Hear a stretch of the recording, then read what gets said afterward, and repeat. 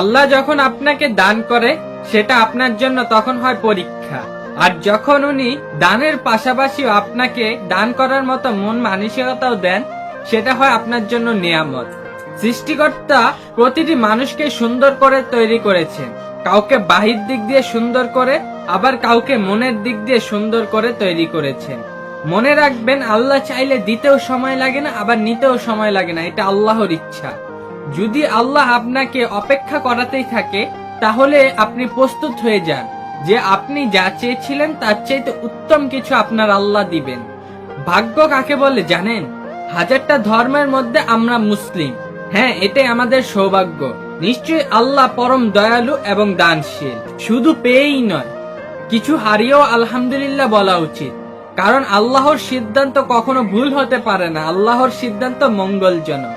যৌবনকালে যত পারো সেজদা করে নাও, কারণ আমি অনেক বিদ্যাকে দেখেছি তারা পরিপূর্ণভাবে সেজদা করে নামাজ আদায় করতে পারেনি। মনে রাখবেন, আল্লাহর ভয়ে আপনি যা কিছুই ছেড়ে দেবেন, আল্লাহ আপনাকে তার চেয়ে আরো উত্তম কিছু অবশ্যই দান করবেন। একদিন হুট করে সবই ঠিক হয়ে যাবে এবং ভাগ্যে যা আছে তাও পূরণ হয়ে যাবে। জীবনের প্রথম কাপড়টা অন্যের হাতেই পড়তে হয়, আবার শেষ কাপড়টাও অন্যের হাতেই পড়তে হয়।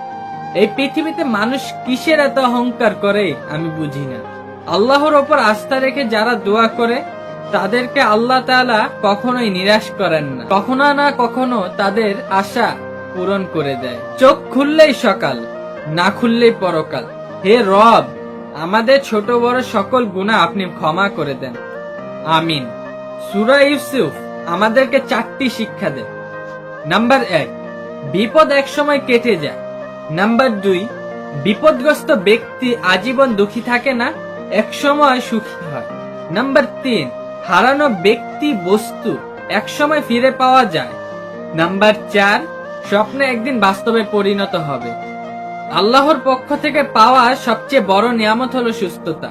যারা সুস্থ আছেন তারা আল্লাহর শুকরিয়া আদায় করবেন আলহামদুলিল্লাহ, কারণ আমার আপনার আশেপাশে প্রতি মিনিটে প্রতি সেকেন্ডে কত মানুষ মারা যায়, কিন্তু শুকরিয়া যে আল্লাহ আমাকে আপনাকে সুস্থ রেখেছেন আলহামদুলিল্লাহ।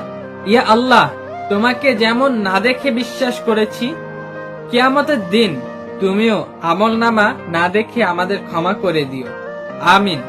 আল্লাহ আমাদের সবাইকে ভালো পথে চলার তৌফিক দান করুক, খারাপ পথ থেকে বিরত থাকার তৌফিক দান করুক এবং সবাইকে বোঝার তৌফিক দান করুক, আমিন। সবাই ভালো থাকবেন, সুস্থ থাকবেন।